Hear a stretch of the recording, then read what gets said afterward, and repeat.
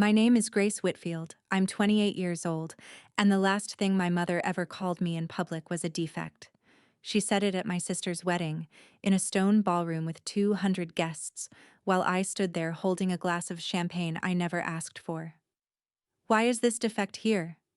9 years of silence, and that was her opening line. My sister turned from her photographer, saw my face, and smiled the way you smile at a stain on a rented tablecloth. You are not invited. She was right about that. She just didn't know who was.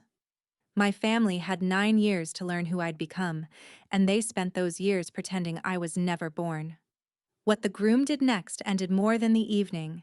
It brought down a dynasty 3 generations in the making, and I never raised my voice once. But this story doesn't start in that ballroom. It starts 10 years earlier, at a country club, with a graduation gown and a wall of framed diplomas that held one empty frame. Welcome back to Calm Drama Stories, where quiet women finally tell the stories their families hoped would stay buried. If you've ever been made to feel like the smallest person at your own family's table, this one is for you. Drop a comment and be sure to subscribe. 3 weeks before the wedding, a cream envelope arrived at our house, thick as a dinner menu. It was addressed to Dr. Daniel Whitfield and Mrs. Grace Whitfield, in calligraphy that cost more than my first month's rent at 19. Daniel's invitations usually mean hospital galas. I opened it with a butter knife, still thinking about payroll. Then I read the names.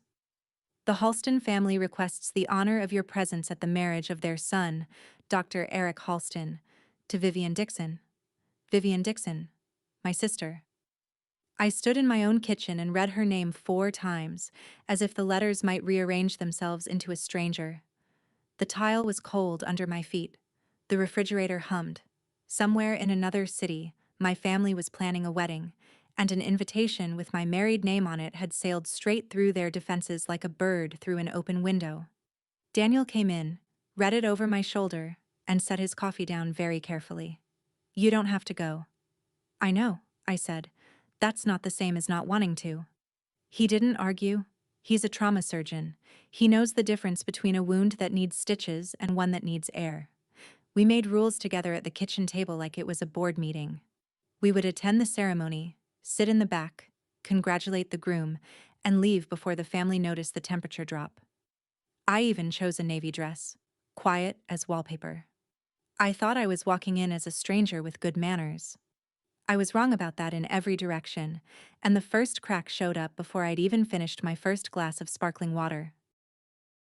The estate sat on a hill of trimmed vines, all stone arches and chandeliers the size of bathtubs, valets in gray vests, a string quartet warming up under a pergola.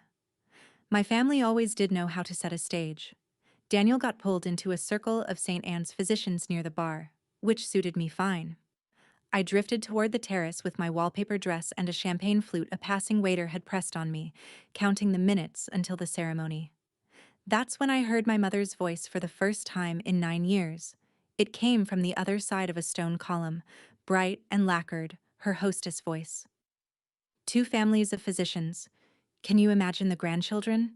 She was saying, and a woman laughed, and then my mother said the thing that took my breath like a door slammed on my hand.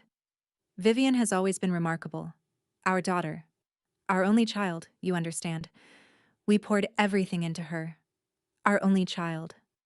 I stood very still behind that column, the way you do when a wasp lands on your arm. I had prepared myself to be the estranged sister, the awkward footnote, the girl who left. I had not prepared to be erased. Erasure is tidier than hatred. It doesn't leave a body, just a blank space where a person used to stand. Somewhere in that crowd my father was wearing a good suit and agreeing with everything. I looked down and realized the champagne in my glass was trembling, and I made my hand stop, because I had learned a long time ago that in front of these people, you never tremble. The quartet started a waltz. Behind me, coming closer through the crowd, was the voice that taught me that lesson. To explain what happened next, I have to show you the hallway I grew up in.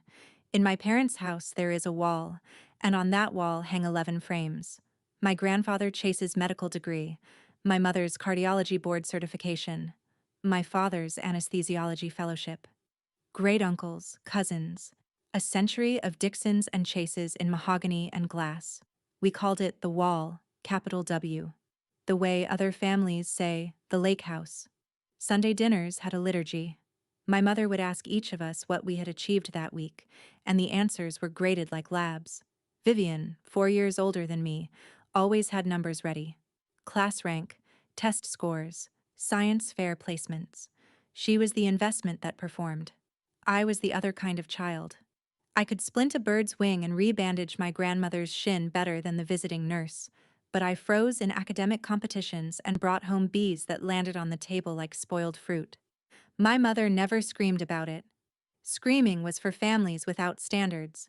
She simply adjusted my portion of her attention downward, the way you'd rebalance a portfolio. Looking back, I don't think she was cruel by her own lights.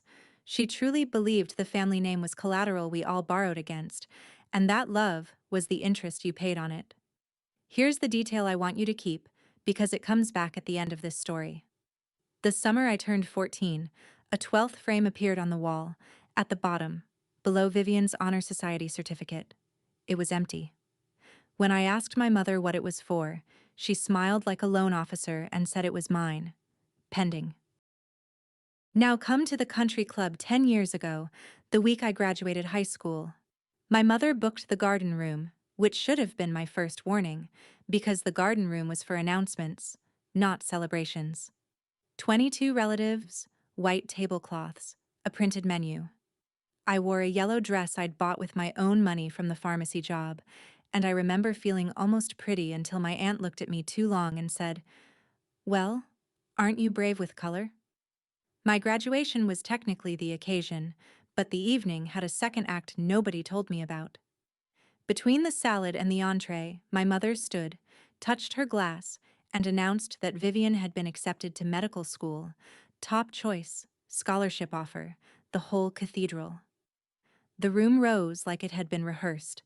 My father proposed a toast to the next Dr. Dixon. Someone's husband started talking residency strategy. The waiter, bless him, quietly set my dessert down in front of me while everyone faced the other end of the table. And for a few minutes, I ate chocolate cake alone at my own graduation dinner and told myself this was fine. This was just how the family worked. Vivian's news was genuinely bigger. I had my own plan. A certified nursing assistant course starting in September, then maybe nursing school on my own dime. I'd even printed the brochure. It was folded in my purse like contraband. Then my mother tapped her glass again and said the sentence I can still hear in any quiet room. "And of course," she said, warm as a scalpel, "we should say something about Grace." Every face turned. My mother looked at me the way she looked at an X-ray and smiled. One daughter got the Dixon mind, my mother told 22 relatives, tilting her glass toward a Vivian. The other got, well, she let the pause do its work. Pauses were her scalpel, too. An ugly high school grad is still a high school grad. We celebrate what there is to celebrate. A few people laughed the way people laugh at a boss's joke, quick and hollow, eyes down. My aunt mouthed something sympathetic at me, which was somehow worse. I sat there with chocolate on my fork and 18 years of training in my spine, and I gave the garden room nothing. No tears, no exit, no scene to remember me by. I finished the cake. It tasted like drywall. Later that night, the family photographer's proofs went up on the mantel, and in the group shot from the club steps, I wasn't in the frame. Not cropped out, composed out. My mother had arranged the rows herself. When I asked about it, she walked me to the wall, tapped the empty 12th frame with one manicured finger, and delivered the family motto like a diagnosis. In this family, love is earned. This frame is waiting. What you put in it is up to you. I said the frame could wait forever then, because I wasn't going to medical school. I said it quietly, but I said it. My mother looked at me for a long moment, and something behind her eyes closed like a till. "Then it will hang empty," she said, "and everyone who visits will know why." She went to bed. I stood in the hallway under a century of other people's achievements until the clock chimed, and then the porch door creaked, and a voice said, "Come sit with me, honey." My grandmother Ruth was sitting on the porch swing in her cardigan, 2 glasses of iced tea already poured, because she always knew. She was my mother's mother, which surprises people. It surprised me too, once I was old enough to do the math on how a woman that warm produced a woman that cold. Ruth had been a nurse for 40 years. Night shifts, wound care, the unglamorous end of medicine, while her husband, the great Dr. Chase, collected the frames that started the wall. "Heard the toast, did you?" she said. It wasn't a question. I sat down, and the swing took my weight like it had been doing since I was 6.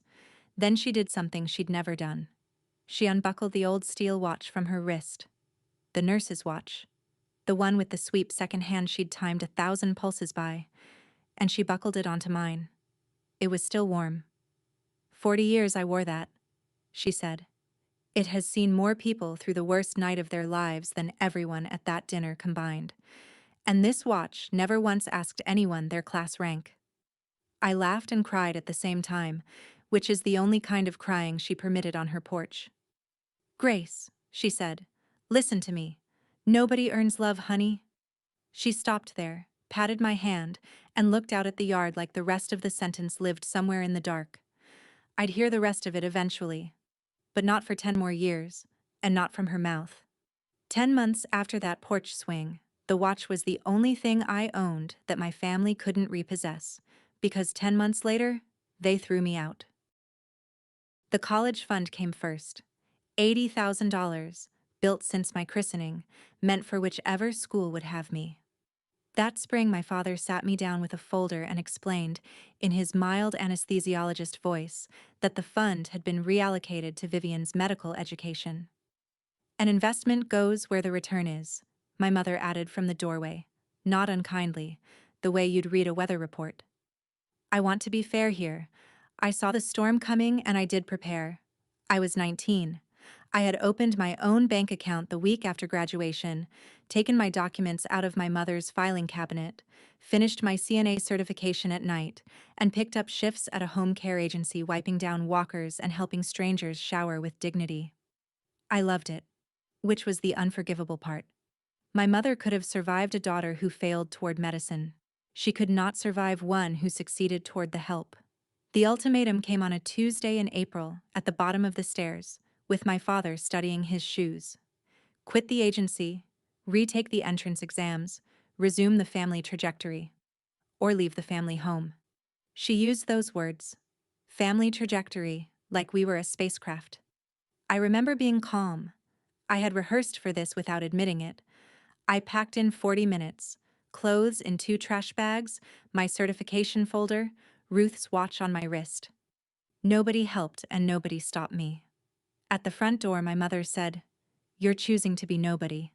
And I said, "I'm choosing to be somebody you don't get to grade." And I carried my trash bags down the walk like luggage. The porch light went off before I reached the sidewalk.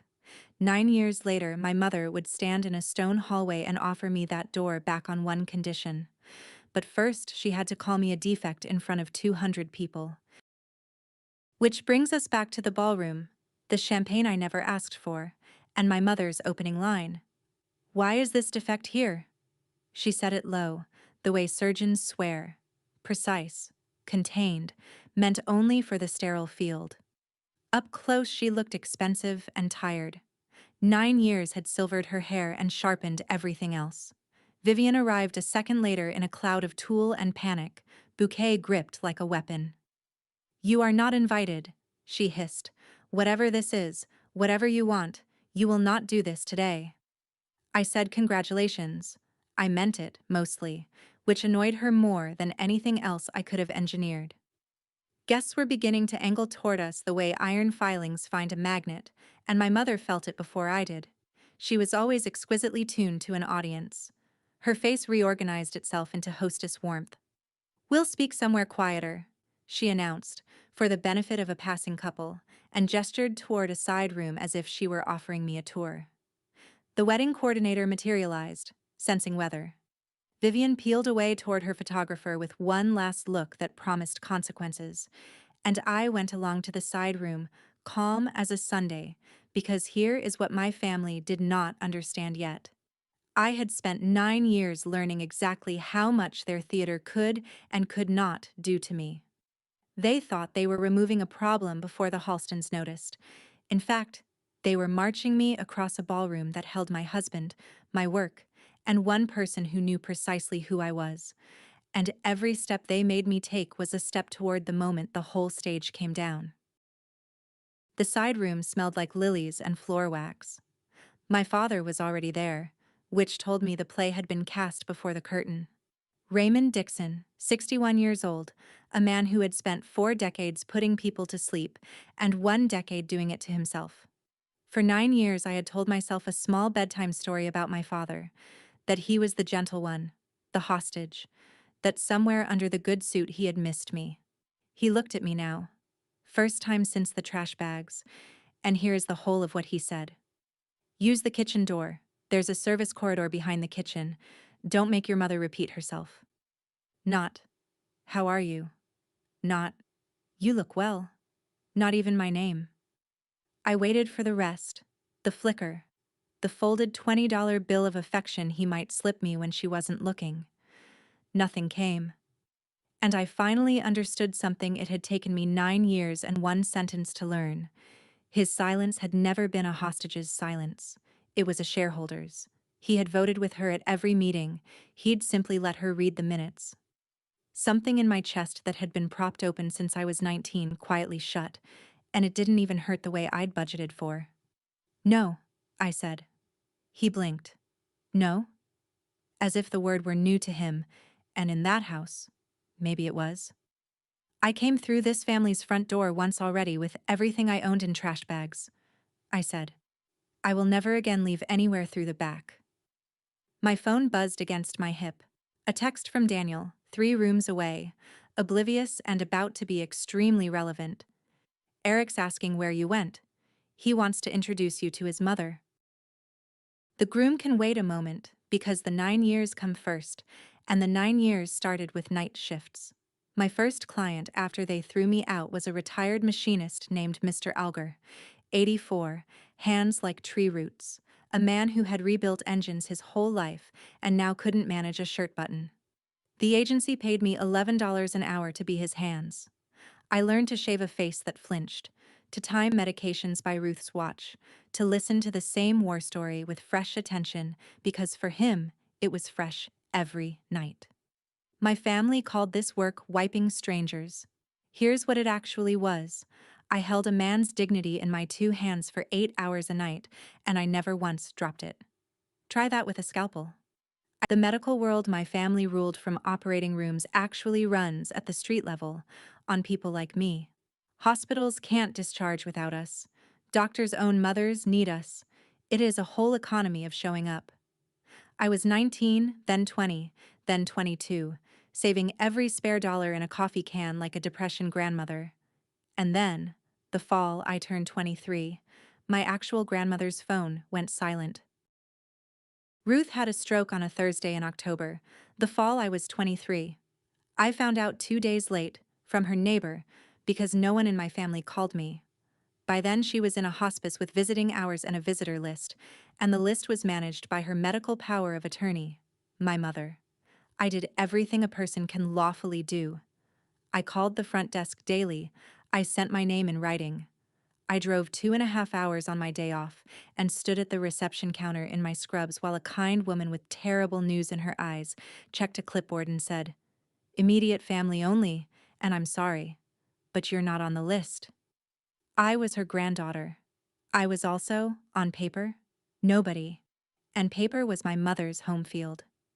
I sat in my car in that parking lot for a long time, close enough to see which window might be hers.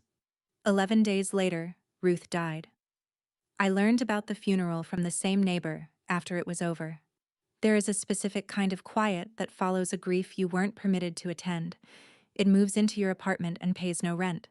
But Ruth, being Ruth, had gotten one thing past the clipboard. A week before the stroke, she had left me a voicemail, 41 seconds long. I know it's 41 seconds because the screen says so, not because I'd ever heard it end. I pressed play the night I learned she was gone, got 12 seconds in. "Gracie, it's your grandmother. Don't you dare delete this. And my thumb hit stop like a reflex, because her voice was alive and I wasn't ready for the past tense. I kept that voicemail for 5 years. 5 years. And I never once let it finish. Grief either buries you or it pours a foundation. 6 months after we lost Ruth, I took $12,000 out of the coffee can and the credit union, rented a 2-room office that shared a wall with a dance studio, and started my own home care agency. I named it Brightwater, for no family reason at all. I just wanted a name that sounded like the opposite of a hallway full of frames. My hiring policy was one sentence long: hire the ones who show up. I took the notebook of everything my old agency did wrong and turned every line into a rule. Aides got real wages and backup coverage. Families got a call back within the hour, every hour I was awake. My first contract was a small one. A hospital discharge planner who was desperate on a Friday afternoon and out of options, which is the only way anyone gives a 23-year-old a chance. We didn't lose a client for 2 years. Word travels fast in the showing up economy. 5 years later, Brightwater had 340 caregivers across 3 states, and I had a title I still can't say without hearing my own younger self laugh: founder and president.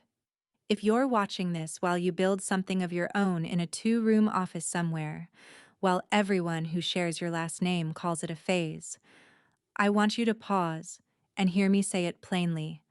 The people who wouldn't give you a seat are not the audience you're building for. Subscribe if you want the rest of this story, because the next phone call changed my name. One Tuesday, a hospital called about a patient nobody else would take, and the doctor on the line had a voice I'd end up hearing every morning for the rest of my life. Back at the estate, I didn't go to the kitchen door and I didn't go back to the ballroom. Not yet. I found the rock garden behind the terrace where the caterer's clatter faded into hedges, and I sat on a cold stone bench in my navy dress with my phone in my hand. You already know what file I opened. Grandma Ruth. 41 seconds. Saved through 5 phone upgrades, backed up in 3 places, listened to 100 times, and finished exactly never. I pressed play. Gracie, it's your grandmother, don't you dare delete this. Her voice, papery and amused, the porch swing practically audible behind it. 12 seconds in, right on schedule. And I need you to hear this, honey, because nobody ever told your mother. Stop. My thumb. That coward. That loyal bodyguard. I sat there with my pulse ticking against Ruth's watch and her sentence cut off in the middle, the way it had been cut off for 5 years, and I asked myself what I was actually doing at this wedding. I could dodge the family, slip out after cake, keep the peace at a party I had every legal right to attend. Or I could sit where my name card said I sat, in a room they'd built on my erasure, and let whatever was true be true in public. Ruth went through that family's front door her whole life in a nurse's cardigan, and she never once apologized for the uniform. I put the phone away. I clasped the watch tighter. Then I stood up, smoothed the wallpaper dress, and walked back toward the music, toward the ceremony, the seating chart, and the 41 seconds I still owed my grandmother. Whatever her sentence ended with, I was done hearing it from behind a column. Now, the Tuesday phone call. 4 years ago, St. Anne's Regional had a patient no agency would touch, a retired teacher with a spine injury, a complicated house, and a family lawyer on speed dial. The surgeon himself got on the line, which never happens, and asked if Brightwater was as good as its reputation or just newer than everyone else's. I said, both. And he laughed once, like a door unsticking, and said, come prove it. He was expecting a sales rep with a folder. What walked in was a founder with rolled-up sleeves who had personally done every job on the care plan. Dr. Daniel Whitfield, 32 at the time, the hospital's senior trauma surgeon, a man who wore authority the way Ruth wore her cardigan, without needing anyone to notice. We argued for 20 minutes about discharge protocols, and I won twice. He noticed the nurse's watch and asked whose it had been. Nobody in 8 years had asked that. Coffee from the vending machine turned into coffee from an actual cafe, which turned into 2 years of the calmest thing that had ever happened to me. He knew all of it before he proposed.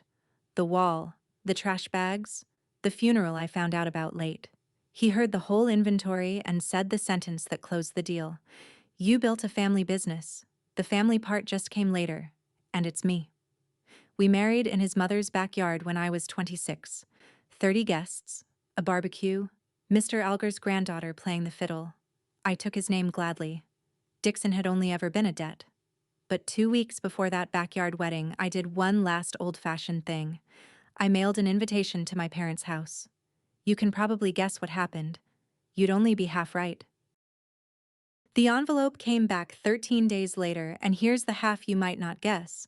It wasn't marked "Return to Sender." It had been opened. Someone had slit it cleanly, read the invitation.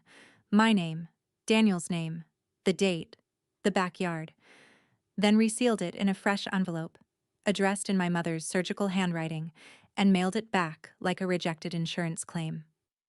On the back of my own invitation, one line, blue ink. Don't embarrass yourself. I stood at the mailbox so long the neighbor's sprinkler cycled twice. Daniel found me there and read it, and I watched a man who reduces shattered pelvises for a living go very still. We could just be happy, he said finally, loudly. It's excellent revenge. I laughed, and I married him, and I was happy. I want that on the record. But I also kept the envelope. I put it in the cedar box with Ruth's Watch's original band, and every December after that I still mailed my parents a Christmas card. Plain ones. No photo. Signed Grace. Never answered. Never returned. Just swallowed by the same mailbox that had spat back my wedding. Daniel never told me to stop.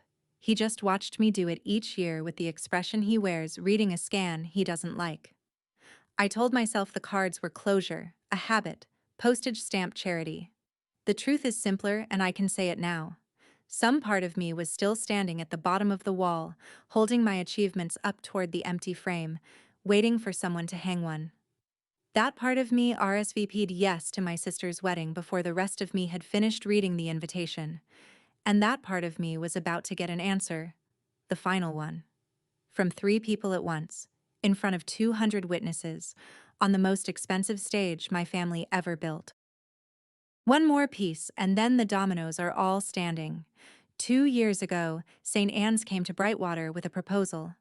The hospital wanted to launch a geriatric medicine fellowship, training young doctors to actually understand aging patients, and they needed a founding sponsor. The board expected me to negotiate the naming rights. That's what sponsors buy. I had one condition, and it wasn't my name.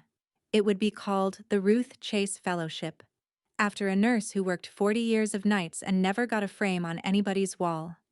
And my name would appear nowhere, not in the press release, not on the plaque, not at the annual dinner. The development office thought I was being modest. Daniel knew better and signed the papers with me anyway, listed simply as a physician liaison. I told myself it was privacy. Standing where I stand now, I'll tell you the truer thing. I was still building a case file for a jury that was never going to convene. Some invisible day in some invisible court, the family would finally see everything. The company, the fellowship, Ruth's name restored. And they would understand what they had thrown out. And they would come to me. Quiet auditioning is still auditioning. I just did mine anonymously, which let me call it dignity. The first Ruth Chase Fellow was selected that spring from 40 applicants. A young internist with good hands and better manners, the kind of doctor who calls the caregivers by name. He wrote me a thank you letter through the foundation without knowing who I was. His name was Eric Halston. I funded a stranger's future and told no one. And this spring, that stranger sent me an invitation to his wedding, because that stranger was marrying my sister. The ceremony itself was beautiful, the way hotel lobbies are beautiful. I sat in the last row of white chairs with Daniel's hand over mine and watched my sister marry a man I had accidentally helped create. Vivian looked genuinely lovely, I'll give the record that much. And she delivered her vows the way she'd delivered valedictorian remarks.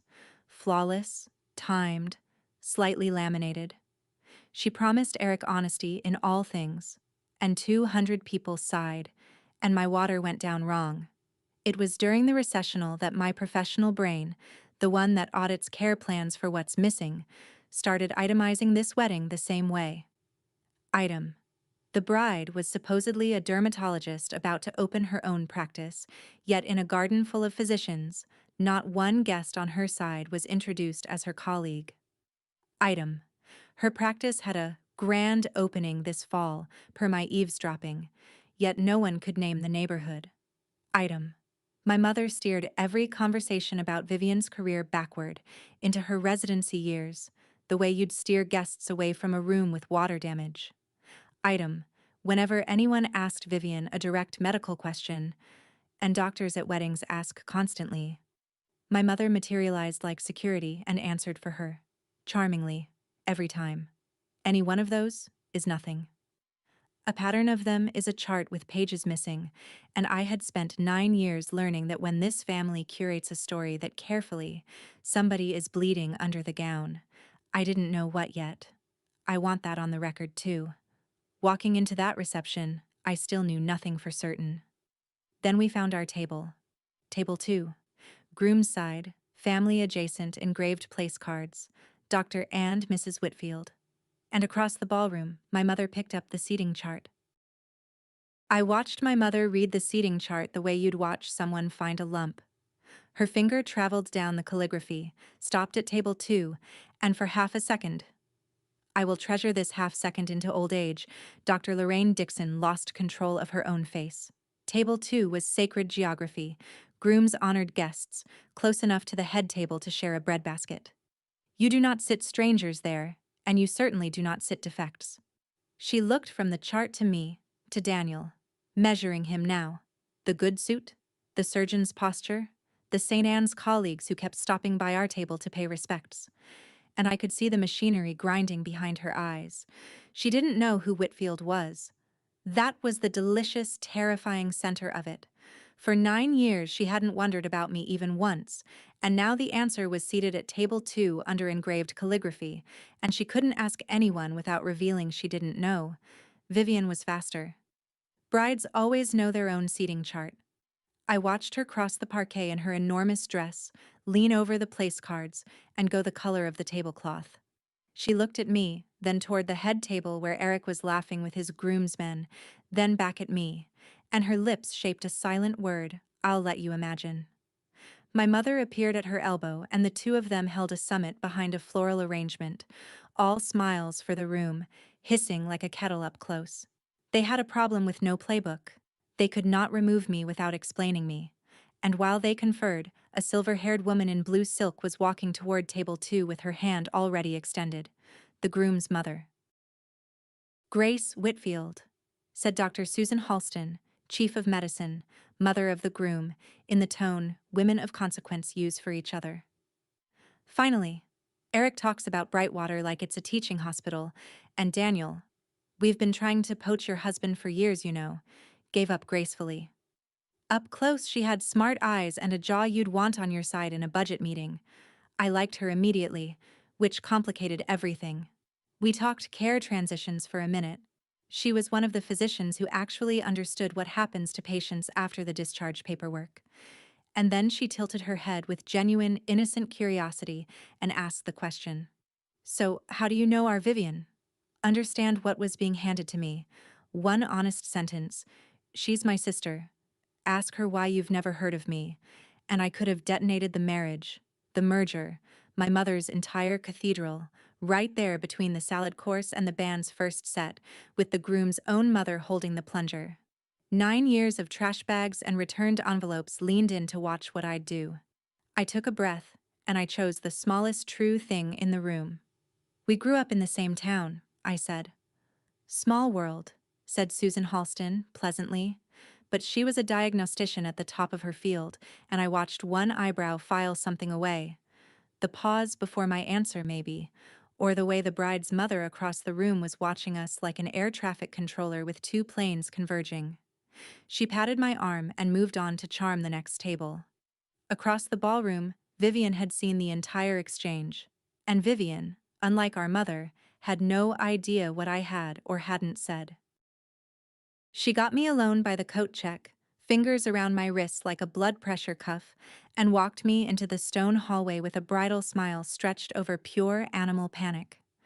The moment we cleared the doorway, the smile fell off. "Whatever you told her," Vivian said, "you're going to walk it back. Now." "I told her we grew up in the same town." "Oh, don't." Her voice cracked strangely. "Don't do the calm thing. You've had 9 years to ambush me and you picked my wedding." I asked her the only question I'd actually brought to that estate. "What did you tell them happened to me, Vivian? What's the story?" And my sister, wife of an hour, looked me in the eye and said, "There is no story. You don't exist. As far as the Halstons know, I'm an only child." It was cleaner. Cleaner. I had imagined smears, addiction, theft, a dramatic villain edit. The truth was so much more efficient. They hadn't buried me. They'd never dug the hole. I was an accounting entry that had simply been dropped from the books.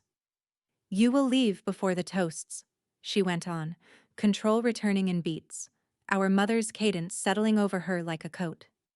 "You'll have a migraine. Your husband seems polite. He'll drive you." But here's what I noticed instead of my own anger, because a decade of night shifts teaches you to read hands. Hers were shaking. Not wedding jitters shaking. Clipboard at the hospice shaking. Her eyes kept flicking down the hallway toward the ballroom. Not toward our mother. Toward Eric. A woman defending one lie is annoyed.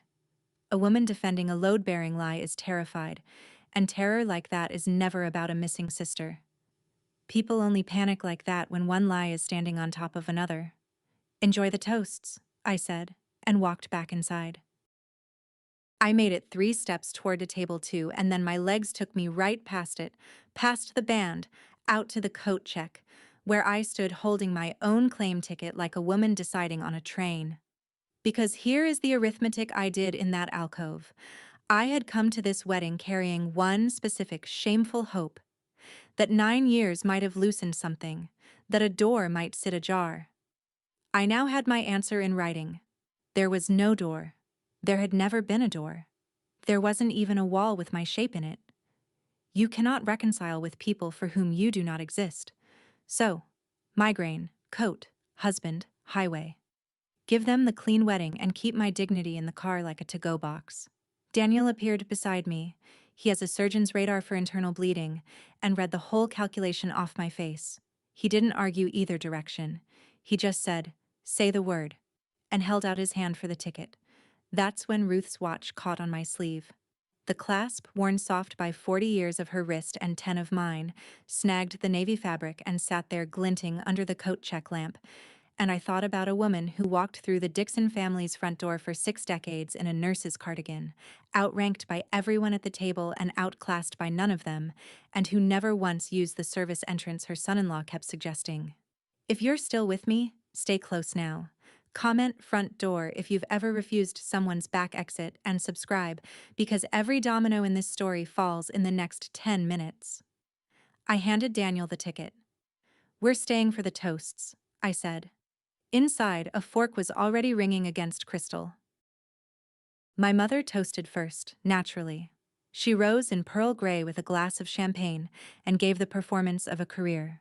Charming, warm with intolerances, every syllable load-tested.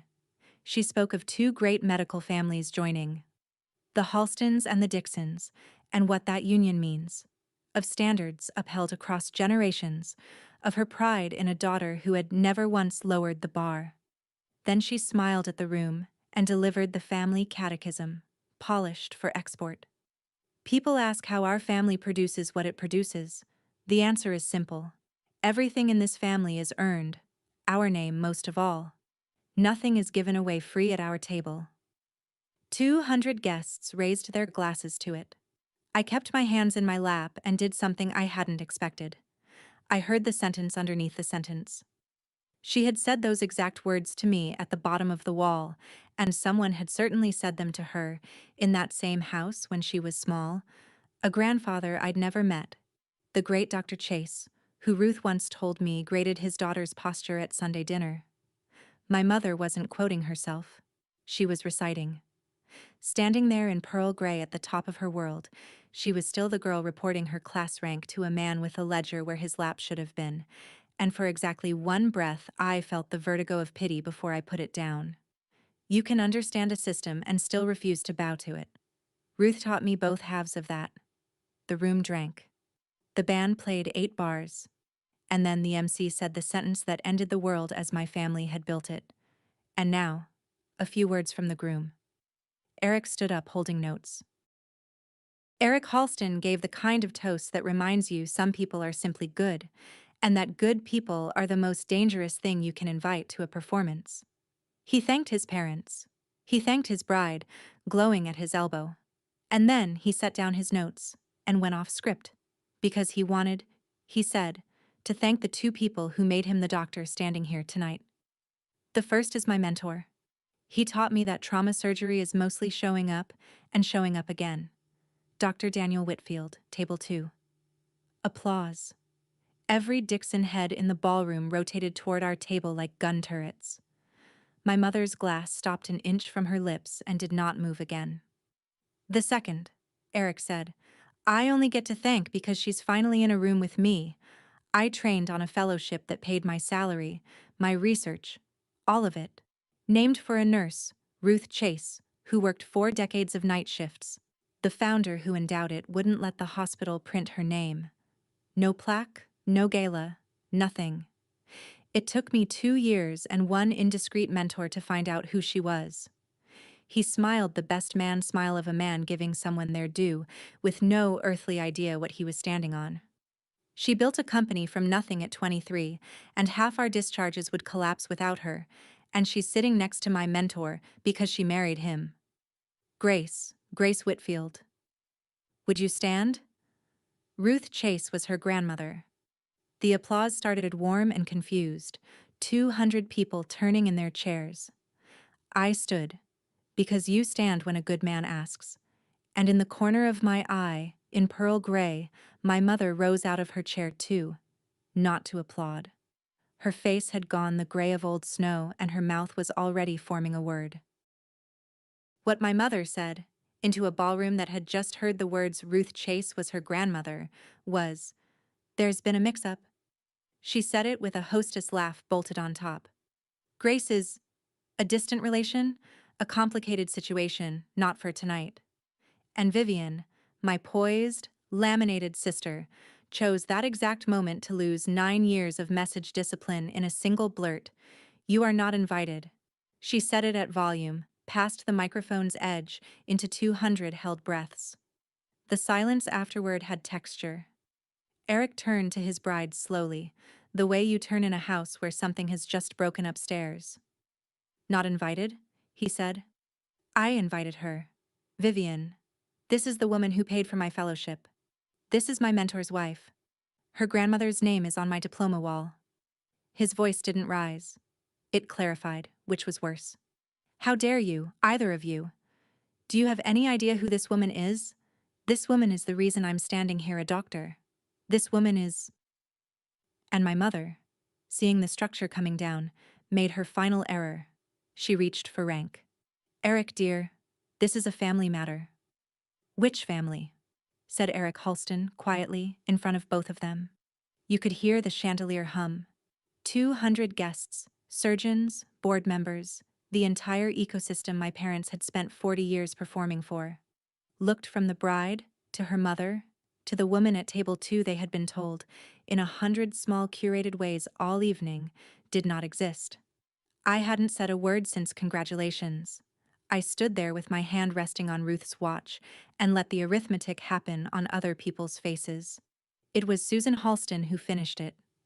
She rose from the head table without hurry, blue silk and 40 years of chairing difficult meetings, and looked at my sister with the stillness of a diagnosis arriving. Vivian, she said, you told us you were an only child. Nobody answered her. That was the answer. Vivian stood in her enormous dress with her bouquet hand empty, opening and closing her mouth, and my mother performed the last maneuver in the playbook, the pivot to intimacy. She crossed to me through the frozen tables, took my forearm with both hands like we did this all the time, and said, at a volume calibrated to reach exactly the first 3 rows. Grace, darling, we'll discuss family matters privately. This is a wedding.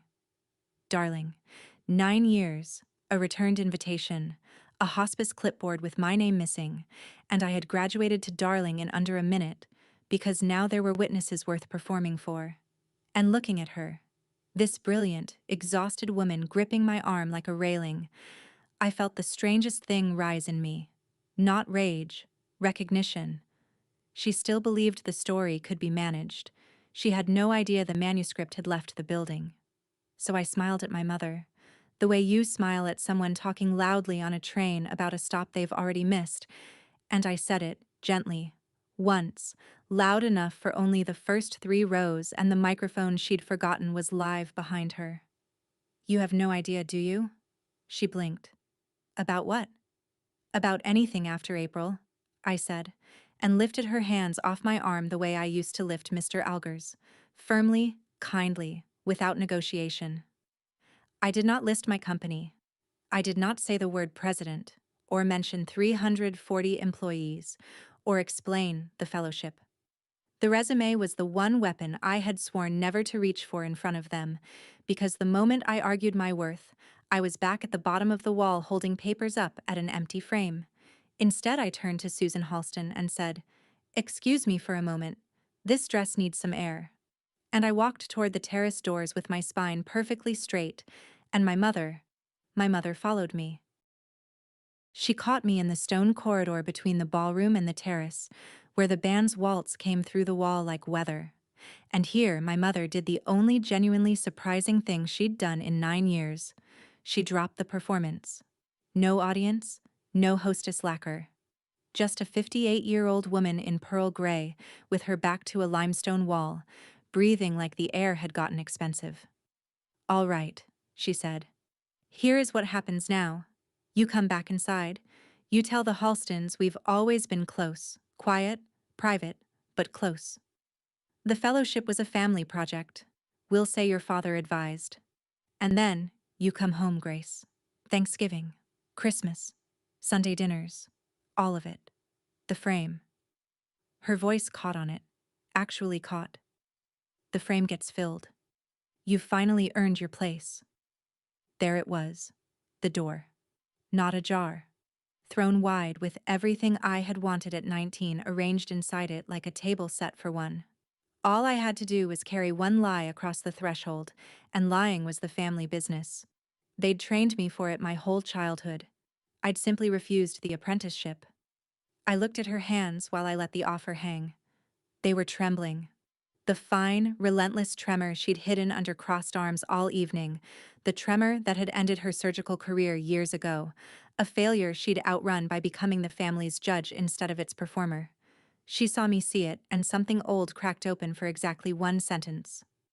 "My father made me recite my class rank at that table every Sunday until I left for college," she said, flat, like coordinates. "I gave you a family that keeps score because it is the only kind I was ever given, and it worked. Look at Vivian." We both heard it at the same time. The "it worked," floating over a ballroom where Vivian's marriage was currently entering cardiac arrest. Her armor came back down like a curtain. "Well," she said, "the Halstons are waiting." I looked down at Ruth's watch. 41 seconds of unfinished sentence sitting in my clutch beside it, and I smiled. I walked back into that ballroom ahead of my mother, and I know exactly what she believed my posture meant, because she straightened her own and followed me in like a producer trailing her star. The room had not moved on. Rooms don't, when the bride's family is on fire. They just eat cake quieter. Susan Halston stood near the head table with Eric, and when I approached, the last conversations died out politely, and she asked me the question straight, physician to physician, in front of both families and God and the wedding videographer. "Grace, before anything else is said tonight, is it true? Were you part of this family?" My mother arrived at my shoulder. I could feel the script she'd handed me radiating off her. Always close, quiet, private, a family project. One sentence, and the door stood open behind me with the holidays inside. And I heard Ruth on the porch swing, clear as the night she said it. Nobody earns love, honey. And I finally understood the assignment of my whole adult life, not to win the argument, to leave the courtroom. Here is everything I'll say at a wedding, I said to Susan, but really to all 200 of them. I was born a Dixon. When I was 19, I was told that in that family, love is earned, and I stopped earning. I haven't spoken to them in 9 years. Eric, you married someone tonight. I hope you'll ask her, gently, for the rest. It isn't mine to tell. That last line cost me more than anything else in this story, because I had the rest. I'd read Vivian's shaking hands in the hallway. One sentence of speculation from me and her whole laminated life would have been opened on the table like a chart. Every night shift year of me wanted it. I left it. It was hers to drop, and mercy, it turns out, is the only revenge that leaves your own hands clean. Then I turned to my mother, whose face was doing something geological, and gave her the answer to the offer. No, I said. The frame stays empty. I built my own wall. I took Daniel's arm, nodded to Eric, thanked Susan Halston for a beautiful ceremony, and walked out of my sister's wedding through the front doors, at the exact center of the aisle. At the speed of a woman with nowhere left, she needed to be admitted.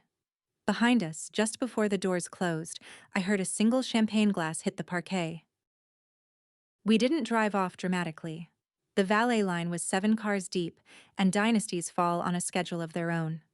So we walked out past the lit fountain to the far end of the terrace, and stood in the cold spring dark with the party glowing gold behind the glass, and my hands started shaking.